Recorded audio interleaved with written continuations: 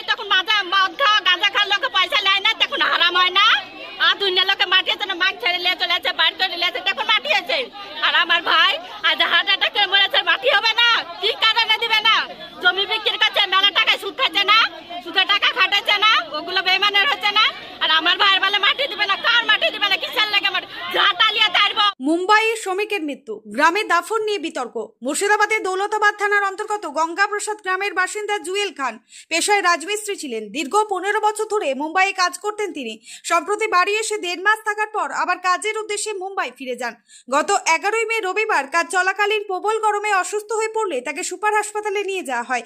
সেখানে চিকিৎসকরা তাকে মৃত ঘোষণা করেন। মৃত্যুর খবর গ্রামে পৌঁছালে শোকের ছায়া নেমে আসে।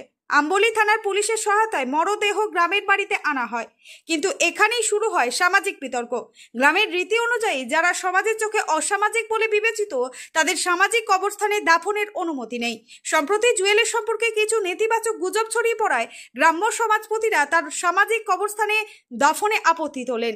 ফলে বাধ্য হয়ে জুয়েলের মামা সিরাজুল ইসলাম খান নিজের জমিতে দাফনের ব্যবস্থা করেন। জুয়েলের পরিবার এই সিদ্ধান্তে গভীর কষ্ট পেয়েছে।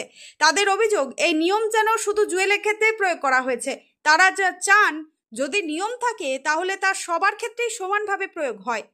জুয়েলের মা তারজিনা বিবি কান্না জড়িত অবস্থায় বলেন, আমার ছেলে আর সমানে মাটির জায়গাটুকুও পেল না। তার বোন ও আত্মীয়রা সমাজের এই ব্যবস্থাকে অমানবিক বলে আখ্যা দিয়েছেন। জুয়েলের জিজা রাব্বিল আলামিন বলেন, কবরস্থান আলাদা করা যেতে পারে, কিন্তু তাই বলে সামাজিকভাবে অবজ্ঞা করা উচিত নয়। ঘটনার জেরে এলাকায় উত্তেজনা ছড়ালে পুলিশ ঘটনাস্থলে পৌঁছে পরিস্থিতি নিয়ন্ত্রণে আনে। স্থানীয় সমাজপতিরা জানান, এই নিয়ম সম্প্রতি গ্রামবাসীদের সম্মতিতে চালু হয়েছে এবং সমাজকে শৃঙ্খলার মধ্যে রাখাই এর মূল উদ্দেশ্য। তবে এই নিয়ম কিভাবে এবং কার ক্ষেত্রে প্রযোজ্য হবে তা নিয়ে গ্রামে বিভ্রান্তি তৈরি হয়েছে। এই ঘটনা সমাজের মানবিকতা এবং সামাজিক শৃঙ্খলার ভারসাম্য নিয়ে এক গভীর প্রশ্ন তুলেছে। নিয়ম যদি থেকেই থাকে তা কি সকলের জন্য এক, নাকি তা ব্যবহার হচ্ছে পছন্দ অপছন্দের হাতিয়ার হিসেবে? আইনটা বের করেছে যে বানিয়েছে আইনটা, এটা ঠিক করেছে। আইনটা ঠিক আছে আমার পক্ষে। আমি যেটা ভাবছি, দুটো করার দরকার। যারা মদ মাতাল যারা হয় তারা কোথায় যাবে? যারা গরিব, যাদের নিজের ঘর নেই, তারা কোথায় লাশ নিয়ে কোথায় নিয়ে যাবে? এখানে যদি মাটি না দিতে যায় তাহলে কী করে ফেলে দেবে? মানুষে থাকতে পারবে? এটা করতে পারে যারা মদ মাতাল থাকে তাদের আলাদা জায়গা বানাও, আর যারা মদ মাতাল খায় না তাদের আলাদা জায়গা করো। তাদের কোনো, যারা মদ মাতাল হয় তাদের কোনো রাখো যে ওদের কোনো ফ্যাসিলিটি দেওয়া যাবে না। তো নিজে ইচ্ছা যতটা পারবে নিজে ইচ্ছে করবে, আর মজলিসে যা ঢুকতে পারবে না, এরকম করতে পারে। আর আরেকটা হলো যে মজলিসে ঢুকায় আর যে মদ মাতাল হয় সে পয়সা দেয়, সেই পয়সাটা কেন নেবে? সে তাকে যদি মাটি না দিতে দেয় তো সে পয়সা দিচ্ছে, ওর কাছে চাইছে, সে পয়সা দিচ্ছে, তো ওর পয়সা কেন নেবে ও? যেমন আমার কাছে চেয়েছে, আমি 10,000 টাকা দিয়েছি, তো ওরকম অনেকজন যারা মদ দাড়ি খায় তারা দেয়, আমি তো খাই না, কিন্তু অন্যজন খায়। এবার যে আইন বের করেছে তারও দেখেন নাতি পতি ছেলে ও নিজেও খেয়ে বসে আছে। এবার তারা কি করবে? এখন নেই, ছেড়ে দিয়েছে, আইনটা বানাচ্ছে। এবার আগে পিছিয়ে কি করেছে ওটা দেখো, ফির সবারই করো, একজনের দুজনের কেন হবে?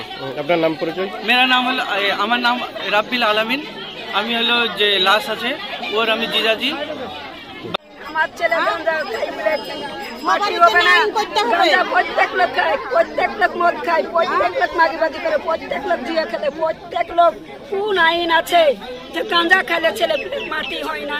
সমাজে পয়সা টাকা দেয় না, মাটি কিনার লেগে, কবরস্থান কিনার লেগে, হাড়ি পাতলে কিনার লেগে, কবর ঘিরার লেগে, কবর বাঁধার লেগে, কে চোখে দেখেছে?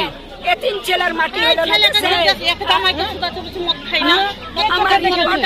না, কেমন দেশের আদালত, কেমন দেশের বিচার? আমি ছেলে মাটি হলে আইন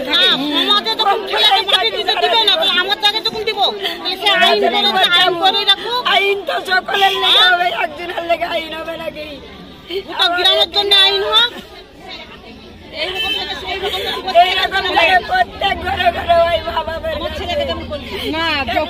ভাগ্নে জুয়েল খান ছোট থেকেই সে বাবা হারা, বর্তমান পর্যায়ে শ্রমিক হিসাবে মুম্বাইয়ে কাজ করত। সেখানে যে দিন তাপদ্রহ চলছিল সেই কারণে ওখানে স্ট্রোক করেছিল। স্ট্রোক করে মুম্বাই মারা গেছিল, সেখান থেকে লাশকে রীতিমতোভাবে প্রশাসনের দ্বারা এবং ডক্টরের দ্বারা রীতিমতো পোস্টমর্টম করে আমরা এখানে নিয়ে এসেছি। তো সমাজের কাছে যেহেতু আমরা মুসলিম ফ্যামিলি, আমাদেরকে কবরস্থানে দাফন করানোর জন্য ব্যবস্থা করতে হবে। তো সমাজে আমরা যেহেতু আছি, তো সমাজের কাছে গেলাম। সমাজ, আমি একজন সমাজের দায়িত্বশীল ব্যক্তি, তো ওইখানে আমার ভাগ্নে যে মদ বা গাঁজা খায়, সেজন্য আমার ভাগ্নেকে সমাজে মাটি দিতে দেওয়া হলো না। এই আইনটা যদি ধরে রাখে আমাদের সমাজ, আলহামদুলিল্লাহ, এবং আমার ভাগ্নেকে দিয়ে যদি ভালো কাজ হয় এবং সমাজ যদি কঠোর থাকে, এটাকে আমি বলবৎ মনে করি। তো আমার ভাগ্নেকে দাফন করতে দিল না, দাফন করতে দিল না, এটাকে প্রশাসনকে জানানো হয়েছে? আমি প্রশাসনকে মৌখিকভাবে জানিয়েছি, লিখিতভাবে জানাইনি আমি এখন পর্যন্ত। তো বিষয় হচ্ছে যে তার ব্যক্তিগত বাবার সম্পদ আছে, সেইখানে গিয়ে আমরা দাফন করছি। আমার এখনও কফিনবন্দি লাশ আছে, আমরা খুলিনি, যেহেতু দাফন করার ব্যবস্থা আছে। তো আমাদের কি দাবি রাখছেন? আমি দাবি রাখতে চাইছি যাতে আমার গ্রাম এরকম কঠোর থাকে এবং সমাজ কঠোর থাকে। আজ আমার ভাগ্নের দ্বারাই যেহেতু গাঁজা খাওয়ার জন্য দাফন হলো না, প্রত্যেকের যেন এরকম হয়, আমি এটা চাইছি। আমি এটা আইনের কাছেও দ্বারস্থ হব এবং জানাবো। নাম, পরিচয়? আমার নাম মোহাম্মদ সিরাজুল ইসলাম খান, আমি মৃতের মামা, পেশায় একজন টিচার। তো এখানে থাকে না, বাইরে তো কি করে না করে কেউ তো জানে না। তাহলে সে জন্য এবার এখানকার সমাজ কেমন, যে সমাজের পিছনে মদ মাতাল মানুষ, এখানে আমরা জানাজা পড়াবো না, মাটি দিব না, ও সব কিসের জন্য বলবে? তাহলে আর লোক, তাহলে গোটা বঙ্গোপসাগরের লোক তাহলে কি করছে? মদ মাতাল নাই, একা যেমন করলে ওরকম সবাইকে ওরকম ওই জিনিস করতে হবে। মাটি হবে না, তাদের জানাজা হবে না, তাদের মাটি হবে না সমাজে, তাহলে বুঝতে পারবো। আপনার নাম? কথা বলতে পারবো না। আপনার নাম? আমার নাম হচ্ছে ফুটবল।